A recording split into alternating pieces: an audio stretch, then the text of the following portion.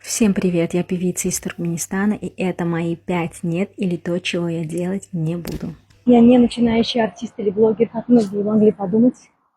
Меня зовут Лилиша, и я пою с 2006 года.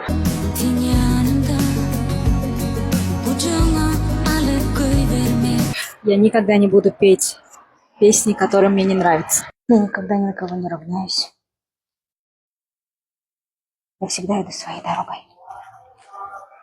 Я никогда не буду хейтить туркменских артистов.